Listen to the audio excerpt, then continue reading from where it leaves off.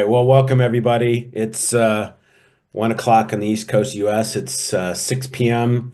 in dark and dreary Yorkshire. And I'm pleased and really it's generous of you, Sid and Kyle, to spend some more time with me talking a little bit about AI and bracket writing instruction, which has kind of been the theme.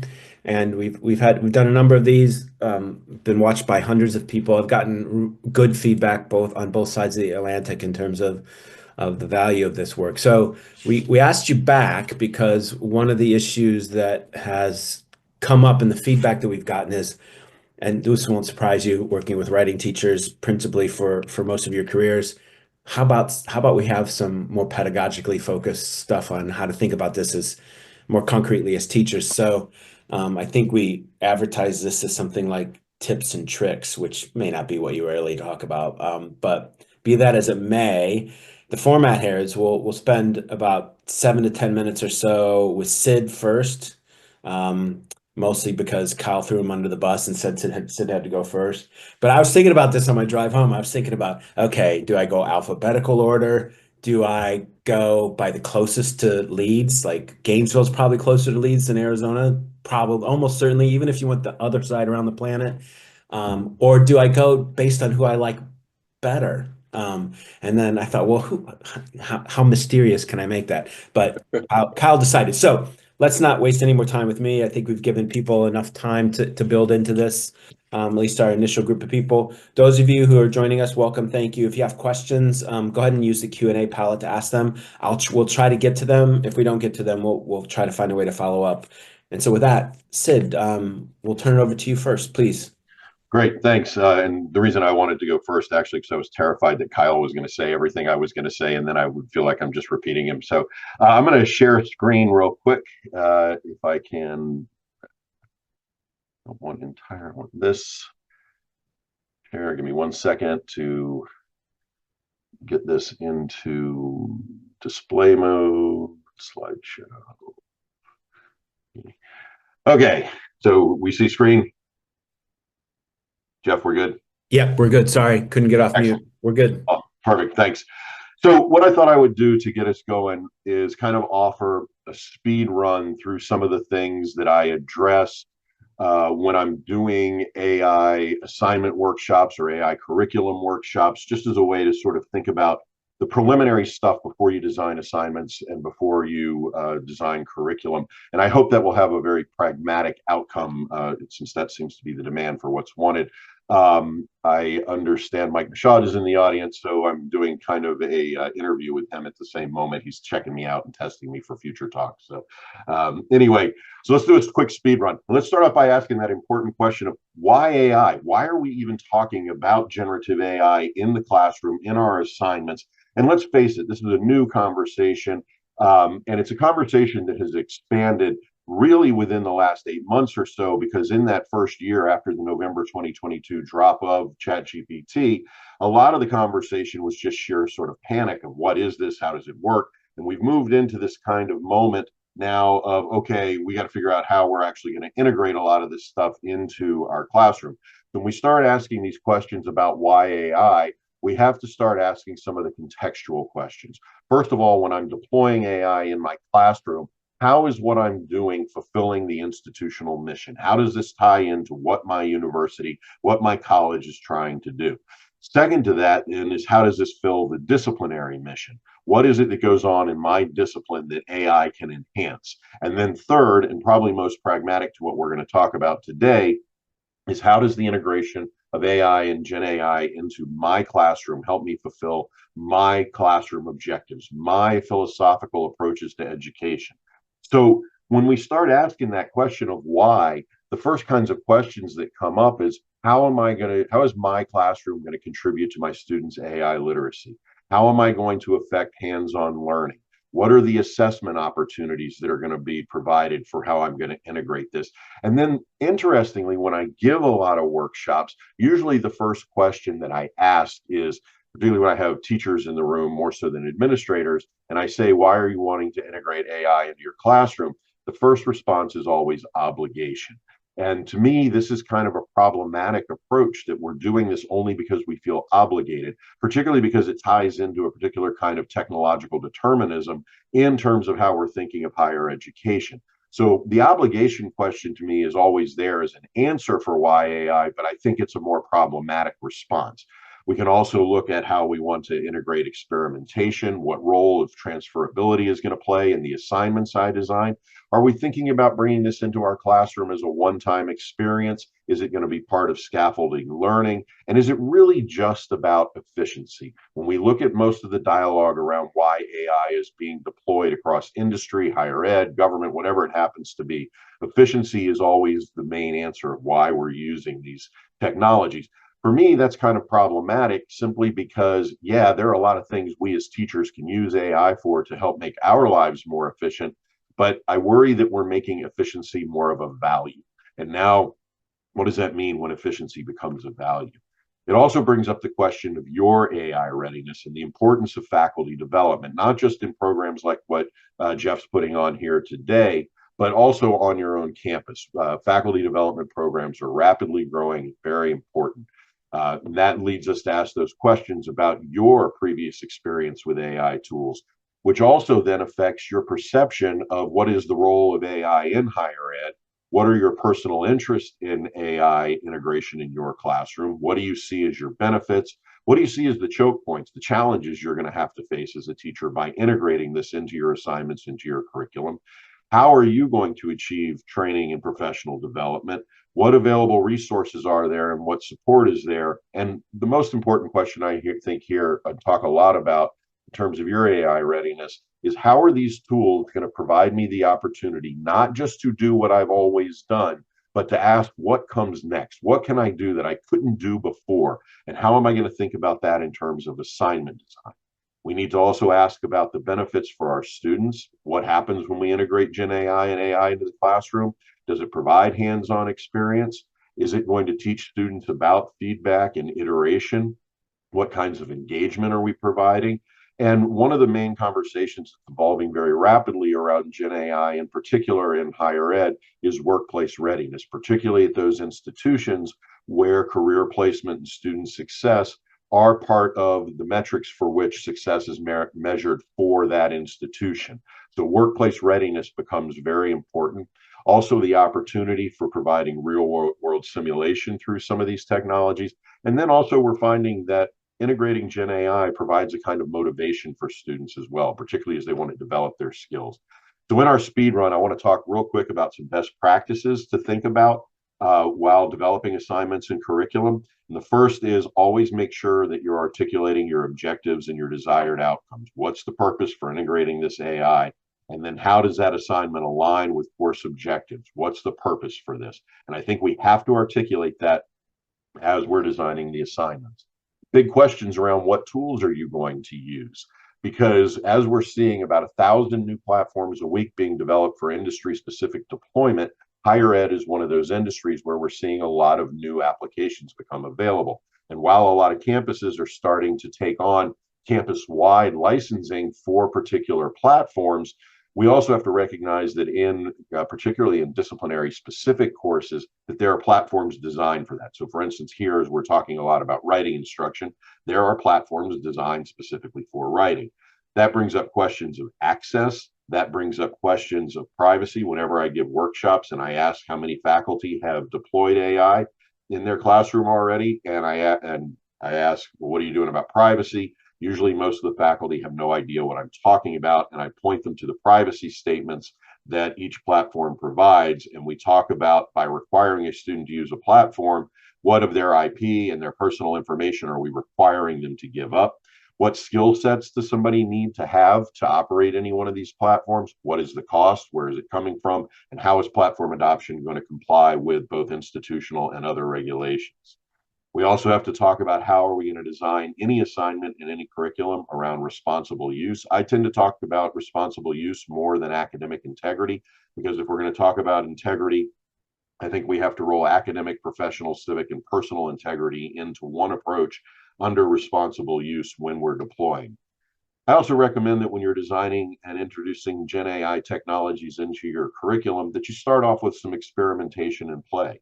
Let your students get their hands dirty with this stuff. You get your hands dirty with this stuff, and disassociate those initial engagements from assessment. Let them learn how to use these tools before you start assessing how they're using these tools.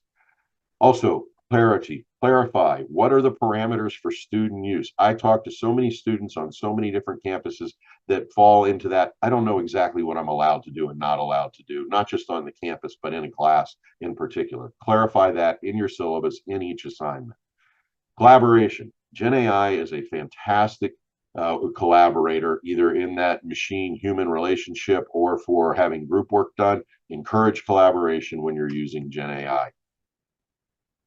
Critical thinking becomes core to what I do in AI and Gen AI assignments. Design the assignments that encourage students to think critically about what they're doing, not just use the tools. That's sort of one of my bigger philosophies when I do workshops and when I give talks, is approaching the conceptual and the applicable all at the same time. So when you're designing your assignments, think about what critical thinking skills are you teaching at that moment. And again, this what comes next that I mentioned before. Keep asking, not only do how does Gen AI tools and technologies let me do what I've done before better, but what can I do that I haven't been able to do before? How can I push forward? If we're just going to use these tools to do the same things we've always done, we're missing the point. Again, like I said before, theory and practice. Ensure that you're addressing the conceptual use of AI in conjunction with teaching students how to use those tools. Always have them asking those why questions. And again, like I said before as well, think about, when appropriate, how do you connect what you're doing in the classroom to workplace AI readiness? We're all very familiar with those old surveys that when we ask employers what they're looking for in newly minted graduates as employees, communication skills are still at the top of that list. We're all familiar with that, written communication in particular. Now, the second tier level of what employers are looking for new graduates is workplace readiness. And they want students who understand things like data security, understand all sorts of, the difference between machine learning and natural language processing, those kinds of things. So AI readiness is becoming more important in workplace readiness. I encourage you to emphasize augmentation over automation, that this isn't about having the AI do the work. It's about learning how that human machine collaboration works together to generate better work, or, going back to that value, more efficient work. And at the top of this list, transparency and documentation. Teach your students to be transparent about their AI, Gen AI use, and document it. I build this into the assignments that I design. But I think as teachers, we also have to be very transparent about how we're using Gen AI. So if we're using Gen AI in designing rubrics or in revising assignments, let your students know, here's what I use it for in my syllabus in this assignment. So that was sort of a quick little speed run through how to think about stuff as you're designing assignments and as you're designing curriculum. Thanks, Sid. And that was rich, and we will come back to it. And Kyle, hopefully Sid didn't steal any of your thunder. With that, I'll turn it over to you to put shame Sid. Be so much smarter than Sid that he slinks home in embarrassment. Wow, setting the bar low. Okay. Yeah, thanks. So that actually worked out really well organically, because I think the best practices that Sid is offering are more like global in terms of broader curriculum development. I'm going to talk a little bit about best practices that I think you can just implement into the classroom really easily right now. And one of the things that what I tried to do in thinking about the best practices for writing teachers in particular, is to focus specifically on the strengths of generative AI applications. So there are things that generative AI does really well. There are things that it doesn't do quite as well. And so the best practices I'm going to lead with here in just a moment will kind of highlight those cool things that generative AI can do that you can do too, without a lot of um, expertise. So I'm going to just share the slideshow here so y'all can see this. Are we good? Yeah, we're good. Perfect. All right, so I'm just going to give you 4 best practices for writing teachers. Those four are increase accessibility, generate possibilities, build domain expertise, and facilitate dialogue. I'll talk a little bit about each, and I have examples for the first three, and then I'll talk about where I'm going with the fourth. So let's talk about increasing accessibility. One of the things that I ask my teachers to think about in ASU writing programs pretty consistently is what problems they're trying to solve in their writing classrooms, independent of whether or not generative AI is involved. I also do this when I meet with other universities and administrators at other universities and other teachers at other universities. And one of the things that teachers have said really consistently is they're frustrated with how little students are reading in higher education. So they'll come to class, we'll give them assignments. They're not reading particularly well or carefully or at all. So it's an issue of accessibility here, or at least I'm choosing to frame that, meaning for a number of years, I think that I assumed that students wanted to necessarily come to class and I would hand them complicated things. And because I was interested in them, they would necessarily be interested in them as well. As I've grown as a teacher over the years, one of the things I've observed is that some of the things I'm interested in and want students to read may not necessarily be accessible to them. And that's been especially true as I've moved to a really large university like ASU. And so generative AI is a wonderful tool for increasing the accessibility of articles that I want them to read, but maybe students don't feel as prepared to read. And what I mean by preparation is not just being familiar with the disciplinary discourse. It might also just be their threshold for long form reading. Sid and I were trained by the same dissertation advisors, and Sid, I'm sure you had the same kind of experience where we would go to the first day of class and we'd like hide behind a massive stack of books that we were expected to read really carefully and comment thoughtfully on. And the fact of the matter is just we're not in that space anymore from a pedagogical standpoint. So here is an application that was developed by WordTune. It's a reading tool. On the left hand, or at least my left hand side, it says the side that says summary. You can see that there's a kind of paragraph by paragraph breakdown, a summary of what each of the paragraphs on the right offer in terms of how it sequences the argument. What I like about this application is that it always highlights where it's drawing its summaries from. You can also see on the left-hand side, there's drop down if you want additional details. If you don't like what the summary, like if you don't find the summary particularly accessible, there's a I didn't include this in the slide, but there's a button that says resummarize. So the idea here is pretty simple, that generative AI summarizes texts really, really well. If it can be transparent about where it's drawing its summaries from, that helps students connect the dots and make decisions about whether or not what's represented on the left-hand side is consistent with what they're reading on the right-hand side. So it can also facilitate that kind of critical thinking and dialogue that Sid mentioned. One of the other really cool features of this particular application, it has a semantic search, which means that, if I wanted to read, this is a book about artificial intelligence, obviously, and if I wanted to know everything that this book has said about teaching and student learning, I could type that in the semantic search, and on the left-hand side, it would generate summaries that are specific to the interest that I'm assigning to that text. The cool thing about this and other applications like Notebook LM is you can just upload digital copies straight in, find a number of different ways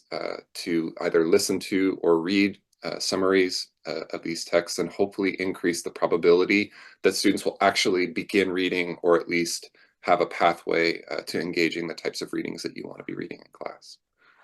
So number two is generate possibilities.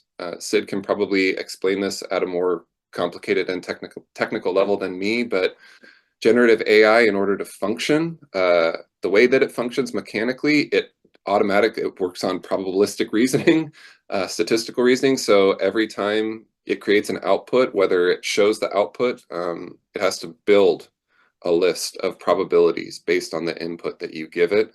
Again, here's the writing application of WordTune. I've highlighted a sentence here. I've asked it to rewrite it, and it's given me and highlighted the different ways that you could write the sentence. We've had students engage this particular application in their writing classes just as a simple exercise in getting real-time feedback on the way that they've written. And usually their engagements with these types of sentences break down into one of three categories. They either say, oh, I found a sentence here that articulates better what I was trying to say. So they incorporate that into their writing. Or they look at all of the different options and they say, none of this is particularly effective, but it gave me more confidence on what I had originally written. Or I think the neater option is that they will take parts of each of these individual possibilities and incorporate them into their sentences while still retaining aspects of their own writing. So sometimes students will get stuck not knowing what to write, and maybe they feel a little bit unconfident about their ability to move the argument forward. This is a good practical step using generative AI to say, well, let's just think about possibilities and start to make decisions about that and reflect on the decisions that we're making. WordTune is a paid application, but you can also do this with the free version of ChatGPT. You just need to know how to prompt it. So give me 5 different ways to write the sentence. AI is an important topic to discuss because changing the way that we communicate with one another. And very quickly, you get 5 different sentences. Now, the disadvantage of ChatGPT is it doesn't always highlight the variations. So it's harder to identify the differences between the two. So pedagogically speaking, WordTune might be a little bit more obvious in its pedagogical application. But you can also then take the next step and say, okay, great, student wrote this sentence. I've identified the next sentence that I want to, or how I want to revise. So how do I then write a follow-up sentence? And I say, give me 5 sentences that should follow the options that you just gave me. And it gives these other types of applications. Again, the goal here is not to prompt generative AI to write the essays for us, but to increase the awareness that students need to generate possibilities during the drafting and revision stages of their writing process. So here it's more about a processual engagement more than a product-oriented engagement. Build domain expertise. I'm just going to show off some of the cool things that one of my colleagues, Retha Hill, does at ASU here by showing you a project that she engages with at the Walter Cronkite School of Journalism. So Retha was wanting, in light of the popularization of the Alexander Hamilton story, to highlight early American citizens who made major contributions to the American Revolution, but maybe are lesser known or not known at all, in large part because they weren't wealthy enough to afford a portrait. And so you can see at the bottom left image here, a student taking a archived letter and uploading it and then having the AI help them with the translation of it or the transcription of it, which they then took those transcriptions and they, if we move to the right, created portraits to the right and then the top right, the lower, I guess, middle, and then the top right, started taking the descriptions that appeared in each of these letters and generating portraits on the basis of that. And then they then took the next step and on the bottom right corner, took the descriptions of what's happened in the letter and then created avatars and characters that the students then played through the Oculus labs that are available in ASU. And so this is a really good example of what Sid was describing when he says, let's get students playing. This is a form of play. You generate portraits based on actual archival data. You get to play as a character and try to experience what those characters are describing in the letters through these kind of game-centric sets that really allow you to experience in a virtual domain what AI is capable of. I call this developing domain expertise, though, in large part because in order for them to evaluate whether or not these are actually representative portraits, they have to know something about early American history. They have to know something about portraiture. They have to know something about the historical events that those letters are commenting upon. And so I'm betting just dollars to donuts that those students who engaged early American history in this way probably got a lot more out of it than maybe some who are learning similarly important things, but maybe just engaging with it on the level of the textbook. So this is a way for us to inhabit the spaces. Generative AI can really help with this, either through imagistic creation or the creation of simulated worlds which all, again, begin with these kind of very familiar scholarly texts, which are handwritten letters that have been archived and relegated to the margins of some library that we would not otherwise be thinking of. So the last thing is to facilitate dialogue, and I don't have an example of this. We can talk in practical terms about how to do this through writing, but we ran a research study at ASU over the last year and a half or so, trying to understand how students relate to teachers who are consciously incorporating generative AI into the classroom. And one of the major findings was that there's a pretty significant distance between what students want from their teachers and what teachers are willing to give. It's probably comes as no surprise that many teachers are reasonably concerned with academic integrity violations. And I think Sid's encouragement to think about integrity as a multidimensional phenomenon is really key. But when I went and followed up with some of the some of the students afterwards, I talked with them and they said, look, we want to have conversations with our teachers about generative AI. We want to know what expertise we can draw from in order to incorporate their ideas and their learning, what we can learn from them more effectively in our writing. But we're afraid to do that based on how they have framed the use of generative AI. And this is even in classes where teachers are, encouraging the use of generative AI. So I want us, as writing teachers in practical terms, I want us to find ways of facilitating dialogue, either with one another through writing assignments or through bots. Basically, what we need to have students communicate how they're using generative AI in a more specific and less risky space, perhaps, where they can say, I'm in the process of doing this assignment. I don't know if I'm doing it correctly, but here's how I'm using it. And then teachers need a space where they can read that without feeling like the students are necessarily cheating or trying to circumvent their instructions. In other words, to Sid's point, we're engaging and engaging with a really complicated technology that it looks familiar and it seems to be familiar, but it actually alienates in so many ways how we typically communicate with one another.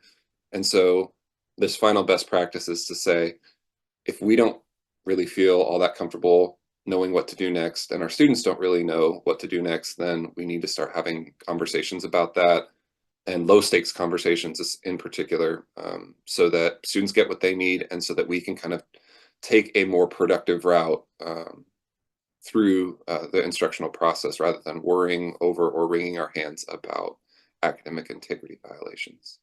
So I know I went through that pretty quickly, but hopefully that adds to all of the great things that Sid had to say.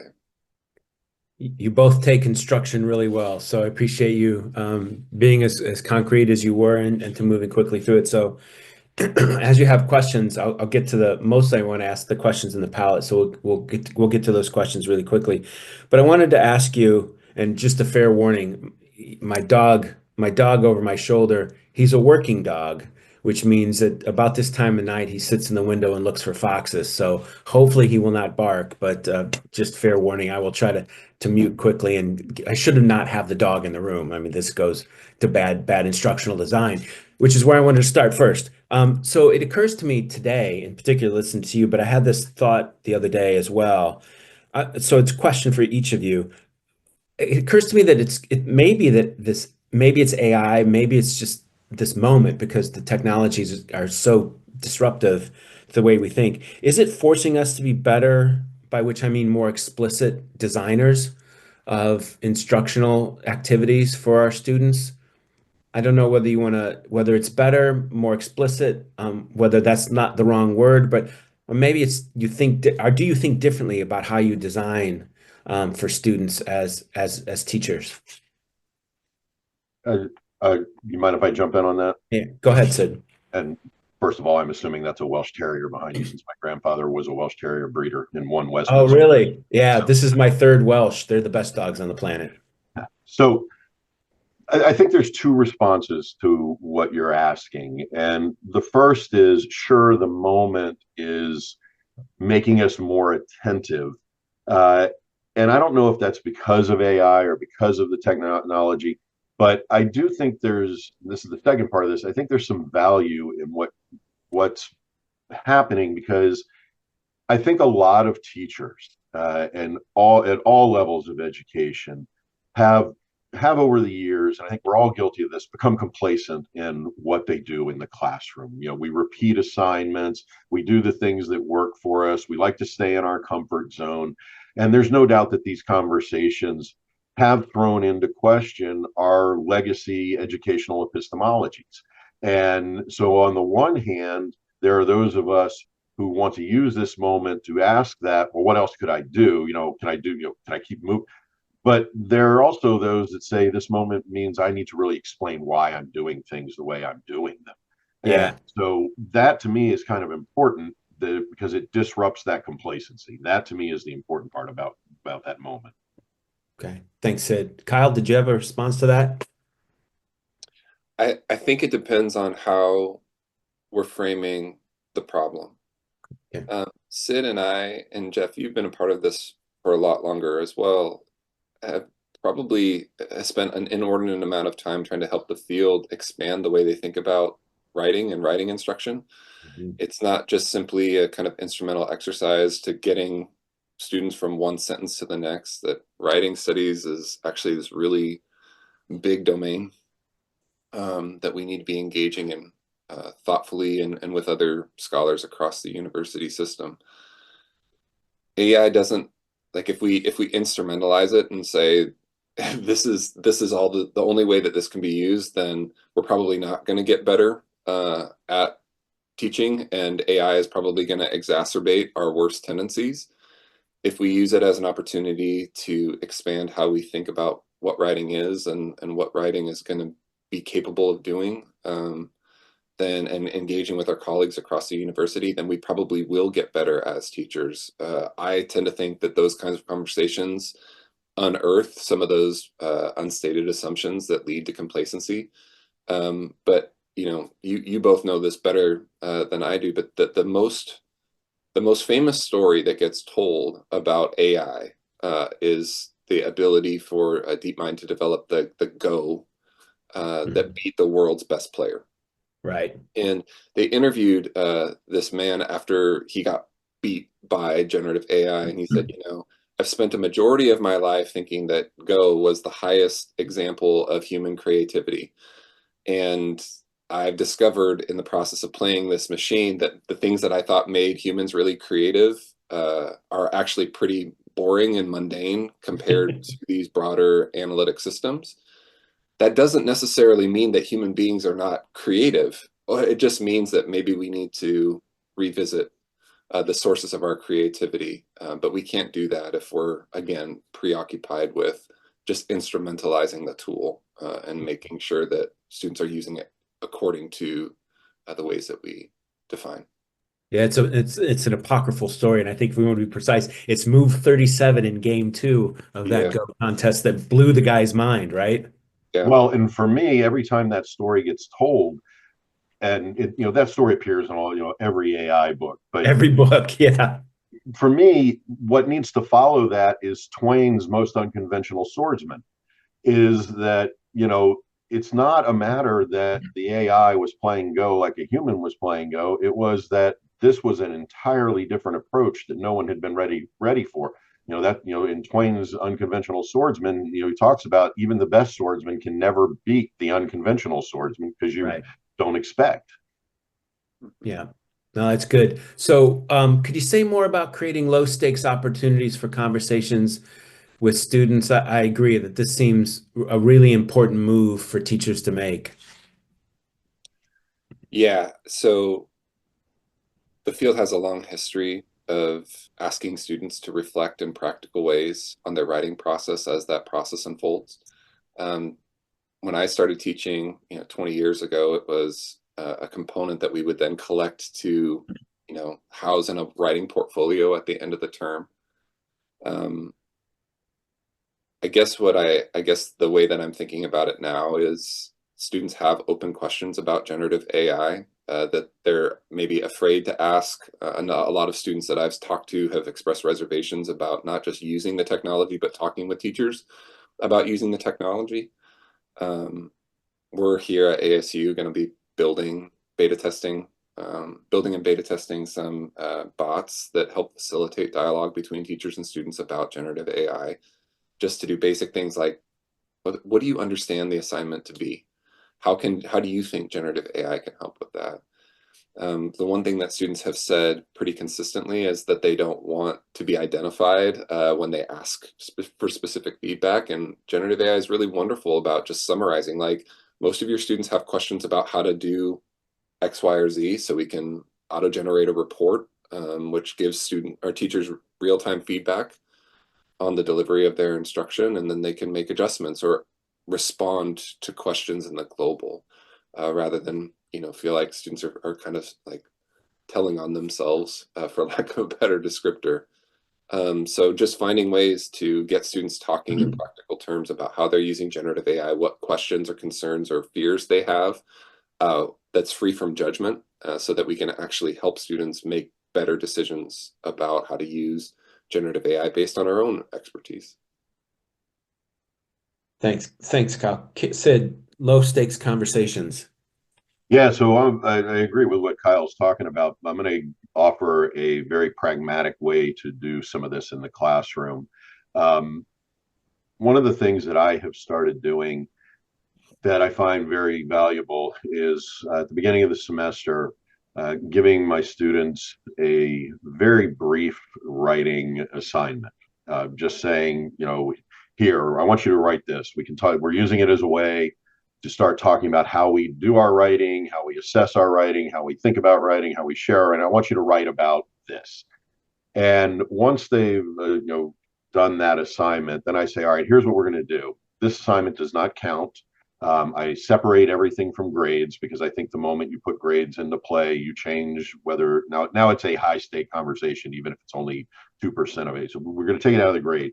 So after they complete that assignment, I say, all right, here's what I want you to do. I want you to take whatever Gen AI platform you're working with, whatever the school provides or whatever you have access to, and I want you to complete the assignment just using Gen AI. And now I want to come back. And after you do that, we're going to make a comparison in the content. But what we're really going to talk about is how you learned how to do this, where you saw the value, where you saw it failing.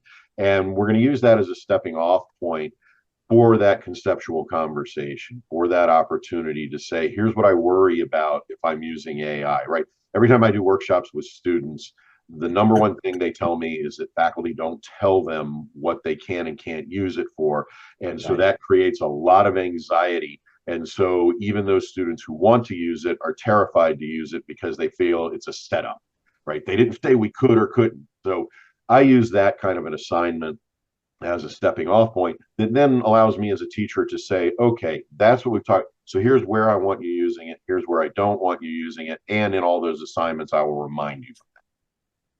Yeah, that's useful. Thank you. So I've got another question from people who are hanging out with us tonight. The big question is how to use it for assessment, but there's a more specific use case because that's a big one.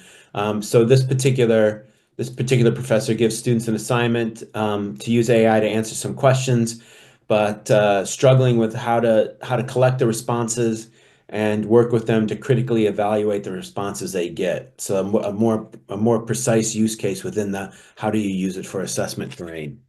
You want to go, Sid? Yeah, I would love to because I have just literally, some of you may have seen my talking about generative AI and higher ed free resource through Broadview. I've just completed the second edition of this that should be out next month.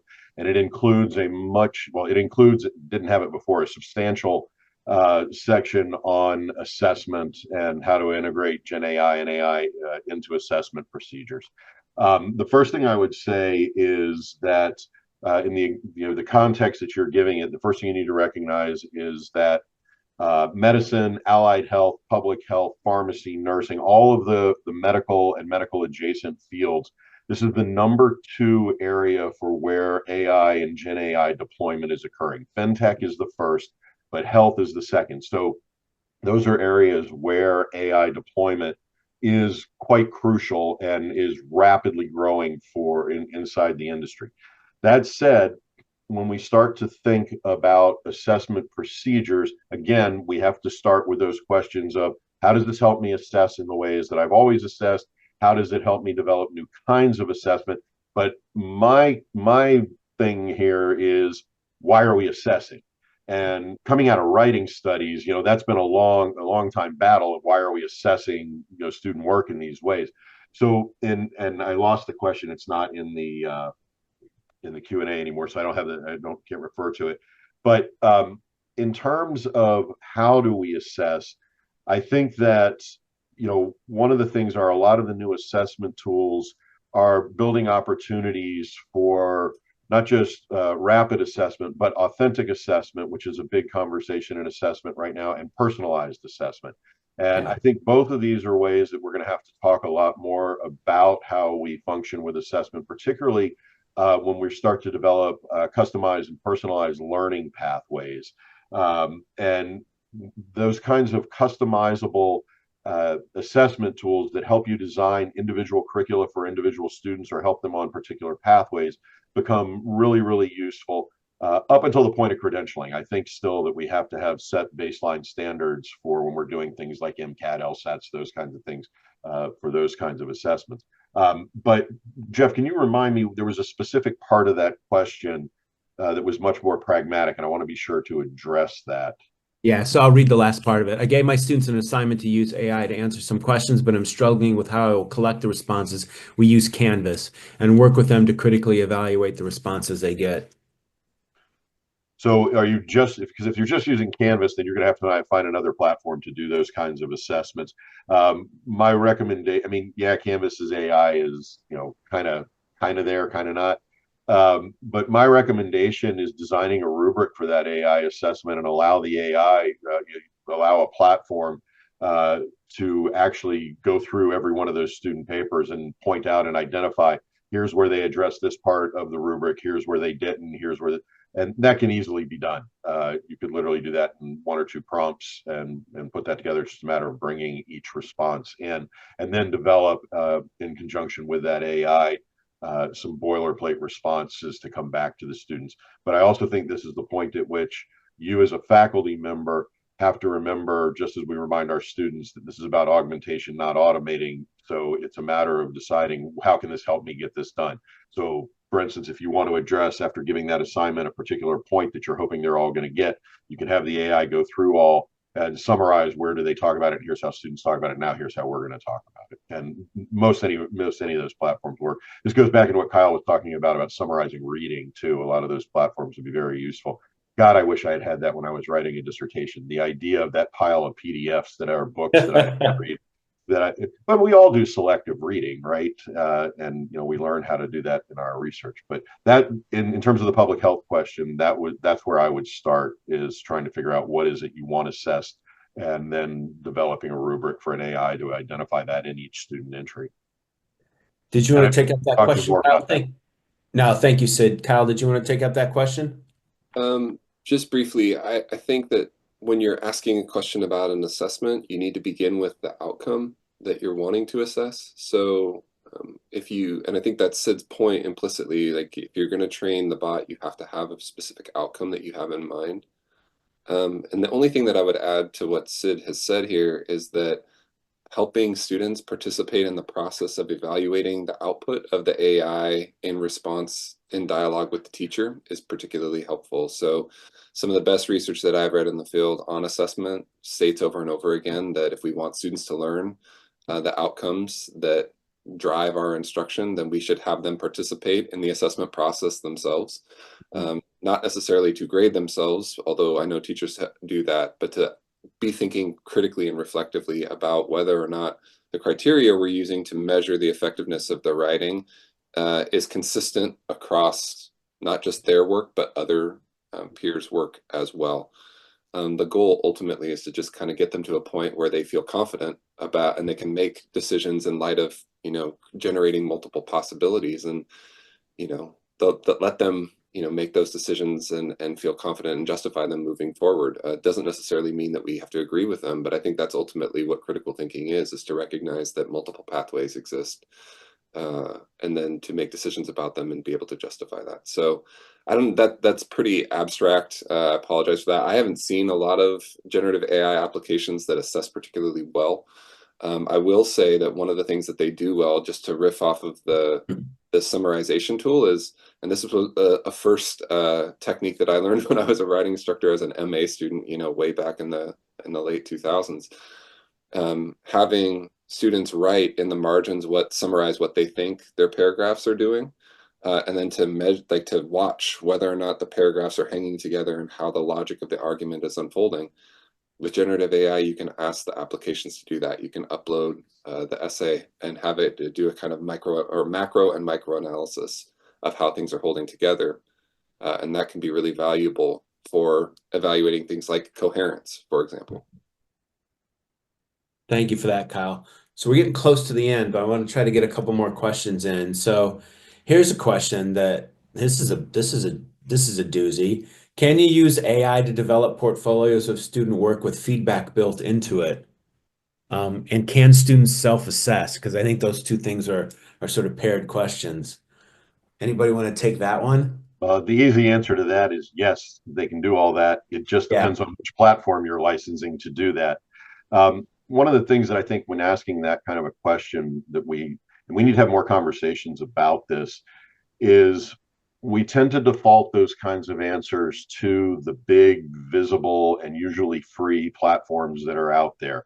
And when we start looking at the platforms that are designed specifically for higher ed, more of those opportunities arise because they're designed to do the things that we want done in higher ed. So the easy answer is, yeah, absolutely. Gen AI can do all of those things from that question, but it depends on which platform you're using and what kind of response you want. Kyle, you want to take that one up, or let Sid's answer suffice? No, I'm not letting Sid have the final word on anything. I let him go first. Good. Yeah, Sid's right. You can build it. The question that we have to ask as a field and as colleagues is whether or not it's consistent with the types of problems that we want to solve when we enter into the first year writing or whatever writing classroom, and whether that's consistent with our values. We probably need to expand our sense of what constitutes a best practice and what our values are in light of this technology. But yeah, I mean, AI does not throw everything out the window. It maybe punctuates the need to revisit those kind of core assumptions. Speaking of Anytime you not want putting final word to affirm me, I'm fine with that. I've Well, been so doing that a long time, Sid. yeah, I try to give people a little bit of a buffer to get to their next meeting. I've got nothing left to do tonight. Well, it's not true, but I certainly don't have a meeting to get to. So speaking of throwing things out the window, but go ahead, Sid. Did you want to come I was in? going to say this question in the Q&A from Jane Rubin. If we can address that real quick. Yeah. So thanks for that It's a question. reading question, right? Well, yeah, it's the question says, from the programs that summarize text information, do you think that they will impair students' ability to extract the main points of an article or chapter since the program is doing it for them? So I think that this question really articulates one of the fundamental issues in how we talk about Gen AI in our classroom, particularly in writing classrooms, in that the moment we say that will impair students' ability, we're assessing a value based on what you mean is how we've always taught them to do these things. Right. And it's not that it's going to impair students' ability, it's that those abilities are different and how we teach those abilities are different. And we're going to have to think about how do we adjust that. This goes back to what I said before about questioning our legacy educational epistemologies, what we believe we're teaching our students and how we're teaching our students that way. So, Jane, my answer is no, I don't think it impairs it. I think it changes it, and we have to teach what those new skills are. Yeah, no, it's interesting. Before we come to you, Kyle, I was thinking about that, and I was toggling between Jane's question and the question about when do we get into the deeper issues, but maybe we don't have time for that. But I was thinking about that when Kyle was talking earlier, and I wrote in my notes that reading isn't reading, and so there's a kind of explicitness to teaching reading that I've started to do again because these technologies are now capable of reading for us. And in my own work practices, I mean, I do a lot of reading which is just boring. And mostly I just have to process a bunch of information. I have offloaded a lot of that to AI. I don't really need to read in that way. I don't know whether it makes me a better or worse reader, but there are certain reading practices that that really require some attention and some thought and some practice and some verification. And so this, I think this does, maybe I'm trying to speak, Sid, to what you're just saying, that it's different. But there's also goes back to what I was saying earlier. I think it's asking us to be much more intentional and explicit about what we mean by words like reading and writing. Yeah, I love that you said it that way. I literally wrote a sentence in something I'm working on yesterday that said, writing today is not what writing was last week, is not what writing was last year, is certainly not what writing was when writing studies started. Yeah. Uh, you know, these are very nascent, evolving terms, and a lot of what affects how we define reading and writing has to do with the cultural and technological context in which we define those things. And so when we work with teachers who talk about reading and writing, a lot of times they're clinging on to definitions that are informed by their, and I'm not discounting this, but informed by their strong educational philosophies of what we should be doing in a classroom. And let's face it, change is tough, but that's part of where we are. Yeah. Do you want to take that up, Kyle? I'm gonna give Kyle the last word.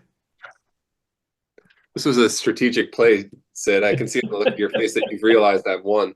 Deferred the kickoff. I know how it goes. I think, Jane, thanks for the question. It's a really good one. And Sid, thanks for highlighting it because I think it's something that I wanted to address as well, having looked through the questions. I think the unstated claim in your question is, well, if AI can do it better, are students going to need to learn how to do these types of things? Or will they be motivated to learn how to do these types of things? And my response is, yeah, it can summarize effectively, but there's, again, a lot of different ways to interpret passages and summarize passages. And our job isn't necessarily to get them to do the correct thing. It's to see the multiplicity of ways that text can be interpreted, and then to cut an angle on that that's relevant to them so that they can move their own research forward. So what I do in my own classes is I will have the generative AI in the background summarizing something. I'll have students doing that in real time, and then we'll analyze. We'll do a kind of comparative analysis. What is the application seeing that we're not? What are we seeing that the application is not? So that we can recognize that generative AI has possibilities, useful possibilities, but it also has limits as well. And at least at present, generative AI cannot encapsulate the entirety of human perspective and the entirety of human culture. It can't tell you about where you grew up and why you focused on one word because it reminded you of home. And so the more that we can humanize our students' interpretive processes, the more I think we can start to be much more precise about how we engage generative AI applications and to recognize their limits so that we can use them more effectively and precisely over time and teach our students to do the same. And with that, we'll call it to a close. So to confirm a couple of the other issues that are in the chat and the questions, we will get these recordings out to everybody who signed up. And Kyle and Sid, if you're willing, people have asked if you would be willing to share your slides. We can get those out to people as well. So look forward to that. It takes us a little bit of time to get around to it, but we do eventually get around to getting these videos out to people and up on YouTube. Sid, Kyle, your expertise is exceptionally valuable and you're generous people. So thanks for spending some time with us tonight. I've learned a lot and I hope people who joined us did as well. Thank you for your time. Thanks for having us, Jeff. All right, take it easy. Bye, everyone.